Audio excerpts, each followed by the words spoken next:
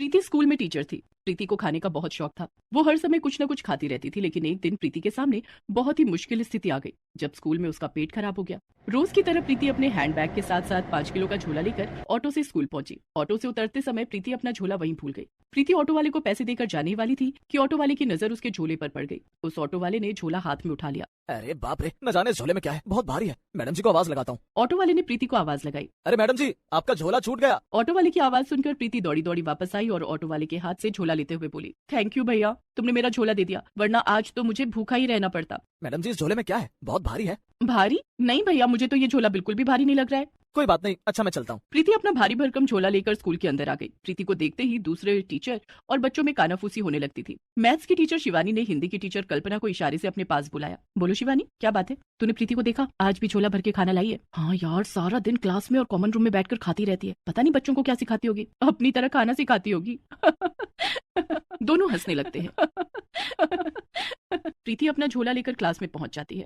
उसे देखकर क्लास के सारे बच्चे खड़े हो जाते हैं। Good morning madam. Good morning बच्चों, बैठ जाओ। सभी बच्चे अपनी अपनी सीट पर बैठ जाते हैं। प्रीति भी अपनी सीट पर बैठ जाती है और अपने झोले में से एक थर्मस और एक कप प्लेट निकालती है। प्रीति चाय और नाश्ता करने लगती है। सभी बच्चे उसे देख रहे थे। प्रीति मुंह में नाश्ता भरकर बच्चों से बोलती है, बच्चों सभी लोग अपनी अपनी नोटबुक निकालो और 1 से 10 तक का पहाड़ा लिखकर मुझे दिखाओ। बच्चे अपना अपना काम करने लगते हैं। इस बीच प्रीति चाय और नाश्ता खा लेती है। थोड़ी देर के बाद 1 से 10 तक पहाड़ा लिखने में इन्हें बहुत टाइम लगेगा, तब तक फ्रूट्स खा लेती हूँ। प्रीति अपने झोले में से एक अनार और एक प्लेट निकालती है। वो प्लेट में अनार के दाने छुड़ा कर रखने लगती है। थोड़ी देर के बाद वो अनार के दाने छुड़ा लेती है। तब तक बच्चों ने पहाड़ा लिख लिया था और वे अपनी अपनी कॉपी लेकर प्रीति के पास आने लगे। प्रीति बच्चों की कॉपी चेक करती जाती और साथ साथ अनार भी खा रही थी। सबकी कॉपी चेक करने से पहले उसने अपना अनार खत्म कर लिया था। अनार तो खत्म हो गया, मुझे अभी और भूख लग रही है, केले खा लेती हूँ। प्रीति ने फिर अपने झोले से 2 केले निकाले और केले खाने लगी। बच्चे प्रीति को देख रहे थे और आपस में बातें कर रहे थे। कुसुम, अगर प्रीति मैडम का कभी स्कूल में पेट खराब हो गया तो क्या होगा? क्या होगा? उस दिन मैडम टॉयलेट में बैठकर खाएंगी।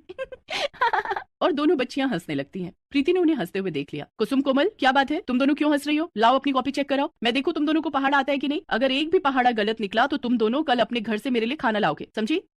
कोमल, प्रीति मैडम की सजा भी कितनी आसान है ना। घर से खाना लाना कौन सी बड़ी बात है। मम्मी को बोल दूंगी, टिफिन में खाना ज्यादा रख देंगी। प्रीति सभी बच्चों की कॉपियां चेक कर रही थी कि तभी लंच ब्रेक हो गया। सभी बच्चों खाना खा लो। इतना कहकर प्रीति अपना झोला उठाकर कॉमन रूम में चली गई। वहाँ दूसरे टीचर भी अपना अपना लंच बॉक्स लेकर आ गए। अरे प्रीति, आज क्या लाई हो अपने पिटारे में? आज मैं कड़ी चावल लाई हूँ। इतना कहकर प्रीति ने झोले में से 4 डब्बे बाहर निकाले। उसने डब्बा खोला तो 2 डब्बे में चावल और 2 डब्बे में कढ़ी रखे थे। अरे ये 2 डब्बे किसी और के लिए भी खाना लाई हो क्या? नहीं, ये दोनों डब्बे मेरे लिए हैं। मुझे कड़ी चावल बहुत पसंद है। सबने खाना खाया, लेकिन प्रीति ने 2-2 डब्बा खाना खाया। खाना खाने के बाद प्रीति ने अपने झोले में से रबड़ी और गुलाब जामुन निकाल कर खाया। इतना खाने के बाद प्रीति ने बड़ी जोर की लंबी डकार मारी। प्रीति रोज इतना ही खाती थी। वो रोजाना 5 तरीके के फल खाती, सुबह नाश्ते में दूध पीती। एक दिन तो प्रीति स्कूल में आलू के मोटे मोटे 8 पराठे लेकर आई और सारे पराठे उसने खुद खाए। इतने से भी प्रीति का पेट नहीं भरता तो स्कूल खत्म होने के बाद स्कूल के बाहर खड़े ठेले वाले से कभी छोले चावल तो कभी आलू पूरी खरीद कर खाती। एक दिन की बात है, रोज की तरह प्रीति अपना 5 किलो का झोला लेकर स्कूल आई। उसमें कई प्रकार के फल, दूध, चाय, बिस्किट और ढेर सारा खाना भरा हुआ था। क्लास में आते ही, आज तो मैंने सुबह सुबह दूध नहीं पिया था, न जाने क्यों पेट भारी सा लग रहा है, लेकिन दूध पिए बिना तो मेरे दिन की शुरुआत ही नहीं होती है। आंखें नहीं खुल रही है। प्रीति ने थर्मस में से गर्म दूध एक ग्लास में निकाला और वो बच्चों के सामने दूध पीने लगी। दूध पीने के थोड़ी देर बाद पेट में ये गुड़गुड़ कैसी हो रही है? प्रीति के पेट से आवाजें आने लगी और उसे खट्टी खट्टी डकारें आने लगी। थोड़ी देर के बाद प्रीति को बहुत जोर से प्रेशर आता है। प्रीति क्लासरूम से भागी भागी टॉयलेट की तरफ जाती है। दूसरी क्लास में पढ़ाने वाले टीचर और बच्चे प्रीति को भागते हुए टॉयलेट की तरफ जाते हुए देख लेते हैं। प्रीति टॉयलेट जाकर वहाँ पोटी करने लगती है, लेकिन उसका पेट तो खराब हो चुका था।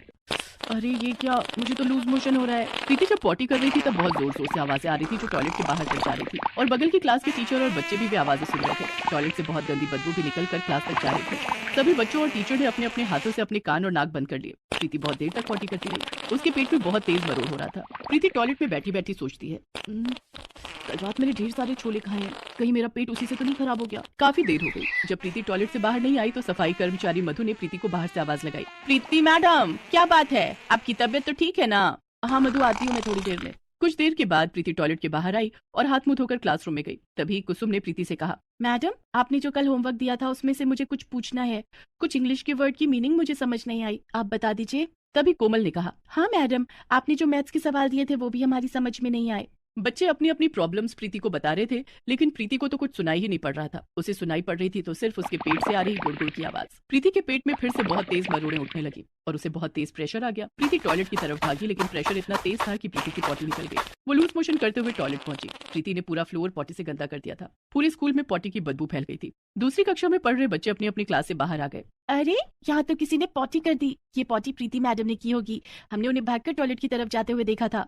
इधर प्रीति टॉयलेट में थी और उसे लगातार लूज मोशन हो रहा था। वो टॉयलेट से उठ भी नहीं पा रही थी। जैसे ही वो उठकर हाथ धोती उसे फिर से टॉयलेट लग जाता। इधर गंदगी और बदबू से परेशान होकर स्कूल के सभी टीचर और बच्चे स्कूल छोड़कर बाहर खड़े हो जाते हैं। बात प्रिंसिपल मैडम तक पहुंच जाती है। ये किसकी करतूत है? किसने पूरे स्कूल को गंदा किया है? और किसकी करतूत होगी? उसी की जो रोज झोले में 5 किलो खाना लेकर आती है। इतना खाएगी तो पेट खराब होगा ही। अब हमारा जीना दूभर कर दिया है। स्कूल में 1 मिनट भी रुका नहीं जा रहा। प्रिंसिपल मैडम ने मधु को बुलवाकर पूरे स्कूल में साफ सफाई करवाई। प्रीति कहाँ है? मैडम जी वो तो टॉयलेट में है। जाओ उसे बुला कर लाओ। मधु प्रीति को बुलाने के लिए टॉयलेट में जाती है, लेकिन प्रीति तो लूज मोशन से पस्त होकर चक्कर खाकर जमीन पर गिर पड़ी थी। मधु ने बाहर आकर ये बात प्रिंसिपल मैडम को बताई। प्रिंसिपल मैडम ने स्कूल प्रशासन की मदद से प्रीति को बेहोशी की हालत में अस्पताल भिजवाया, जहाँ डॉक्टरों ने प्रीति को एडमिट कर लिया। बार बार लूज मोशन होने के कारण इन्हें डिहाइड्रेशन हो गया। इन्हें सलाइन के जरिए एंटीबायोटिक दवाइयां चढ़ानी पड़ेंगी। अस्पताल में भी प्रीति को लगातार लूज मोशन होता ही जा रहा था। अस्पताल के बेड के गद्दे चादर सब खराब हो गए। डॉक्टर ने सलाइन के जरिए प्रीति को दवाइयां चढ़ाई। कुछ देर बाद प्रीति का लूज मोशन बंद हो गया। उसकी तबीयत में कुछ सुधार आ गया, जिसके बाद उसे होश आया। प्रीति ने आंखें खोली तो उसके सामने डॉक्टर, नर्स, प्रिंसिपल मैडम, दूसरे टीचर और स्कूल के बच्चे खड़े थे। प्रीति उन सबको देखकर बहुत शर्मिंदा हुई। तभी डॉक्टर ने प्रीति से कहा, प्रीति जी आपको कुछ दिनों तक लिक्विड डाइट पर रहना होगा। उसके बाद भी आपको अपने खाने पीने पर काफी कंट्रोल करने की जरूरत है, क्योंकि ओवर ईटिंग के कारण आपका पेट खराब हो गया। अगर आपने अपने खाने पर कंट्रोल नहीं किया तो आपके इंटेस्टाइन पर बहुत बैड इफेक्ट पड़ेगा।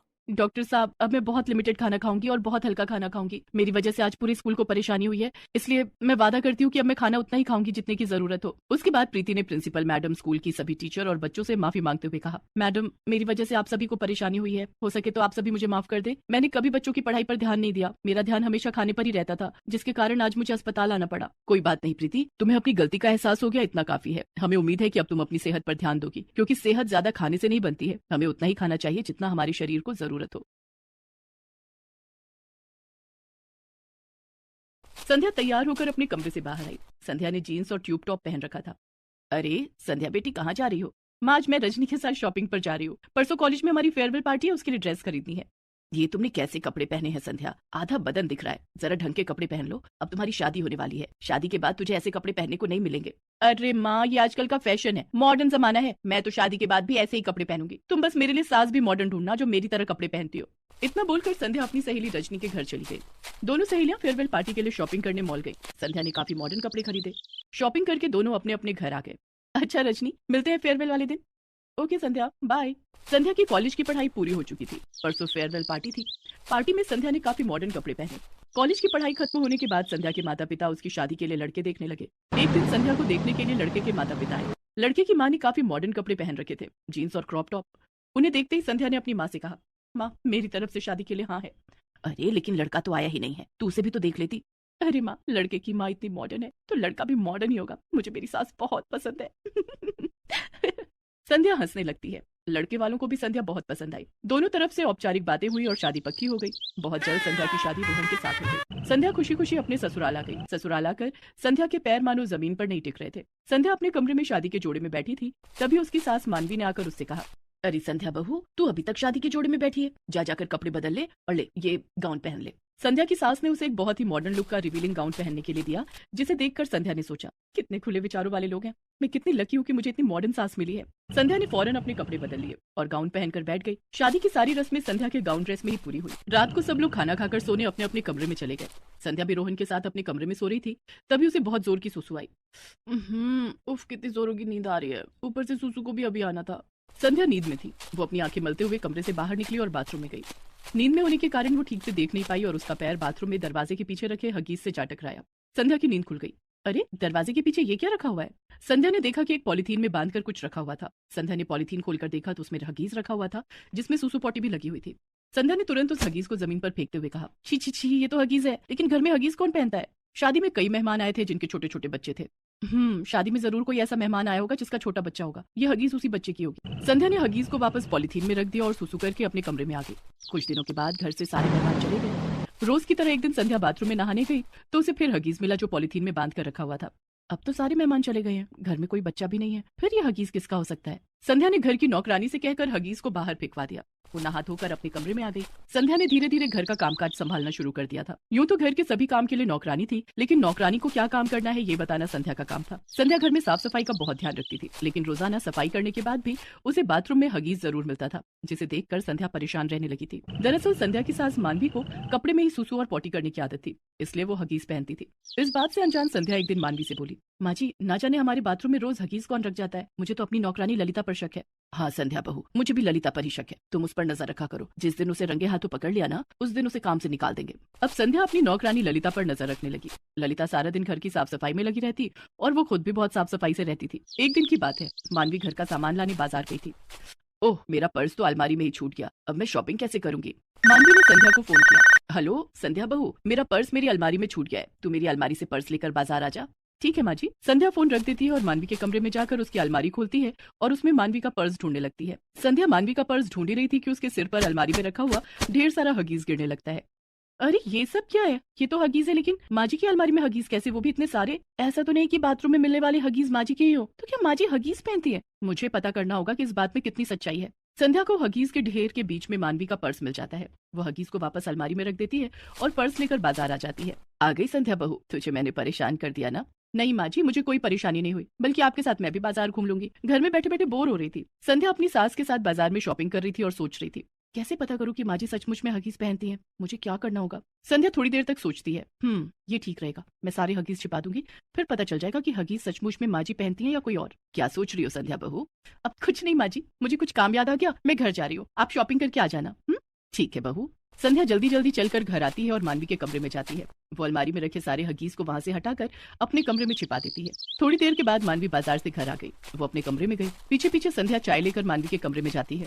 उसने देखा कि मानवी बहुत घबराई हुई थी और अलमारी में कुछ ढूंढ रही थी। क्या हुआ माँ जी, आप क्या ढूंढ रही हैं। संध्या बहू, मैंने अलमारी में अपनी सोने की चेन रखी थी, वो नहीं मिल रही है। मानवी अलमारी में चेन का बहाना बनाकर हगीज ढूंढने लगी और तभी घबराहट में उसकी सुसु निकल गई। संध्या ने देखा कि उसकी सास मानवी के चेहरे के हाव भाव कुछ बदल गए थे। क्या हुआ माँ जी, आप ठीक तो है ना। अब संध्या बहू, मैं ठीक हूँ। अब मैं दवाई लेने मेडिकल स्टोर जा रही हूँ। मेरे सिर में बहुत दर्द है। माँ जी, दवाई मैं ला देती हूँ, आप आराम कर लीजिए। मैं आपके सिर में दवा भी मालिश कर दूंगी। नहीं संध्या बहू, दवाई मैं ले आऊंगी। मानवी तेजी से घर के बाहर निकल गई। संध्या पीछे से आवाज लगाती रही, लेकिन मानवी ने मुड़कर भी नहीं देखा। माँ जी रुकिए माँ जी। मानवी के पैर सीधा मेडिकल स्टोर पर जाकर रुके। वहाँ मानवी ने एक पैकेट हगीज खरीदा और घर आ गई। संध्या दरवाजे पर ही खड़ी थी। माँ जी, आपके हाथ में क्या है। सर दर्द की दवाई। इतने बड़े पैकेट में सर दर्द की दवाई, ये कैसी दवाई है, जरा मुझे भी दिखाइए। संध्या बहू, ये मेरे सर दर्द की स्पेशल दवाई है। डॉक्टर ने बताया था कि इसे खाने से मेरे सर का दर्द गायब हो जाता है। मानवी जल्दी से एक हगीज लेकर बाथरूम में जाती है और अपनी पुरानी हगीज चेंज करके बाहर आती है। अब जाकर राहत मिली। माँ जी लाइए, मैं आपके सिर में दवा मालिश कर दूं। नहीं संध्या बहू, मेरे सर का दर्द ठीक हो गया है। संध्या मन ही मन सोचती है, वो तो मैं समझ रही हूँ कि आपके सर का दर्द कैसे ठीक हुआ। आपको तो रंगे हाथों पकड़ूंगी। दूसरे दिन संध्या सुबह सोकर नहीं उठी। रोहन ने उसे जगाने की खूब कोशिश की।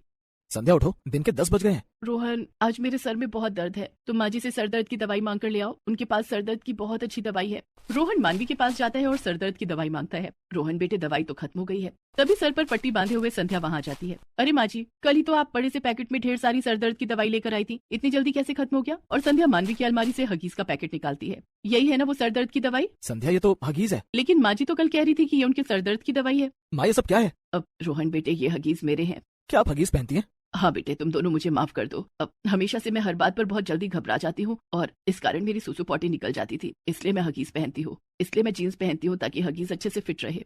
मैंने सोचा था कि मेरी सास मेरी तरह मॉडर्न है इसलिए जीन्स पहनती हैं। मुझे क्या पता था कि आप हगीज फिट रखने के लिए जीन्स पहनती हैं। आपने हगीज के लिए ललिता को दोषी बताया, उसे नौकरी से निकालने की बात कह रही थी। मुझे माफ कर दे बहू। कोई बात नहीं माँ जी, आपने हमें पहले क्यों नहीं बताया। हम आज ही आपको डॉक्टर के पास ले जाएंगे। उस दिन रोहन और संध्या मानवी को डॉक्टर के पास ले जाते हैं और मानवी का इलाज करवाते हैं। डॉक्टर की दवाई से मानवी की सुसु पॉटी निकल जाने वाली बीमारी ठीक हो जाती है और मानवी हगीज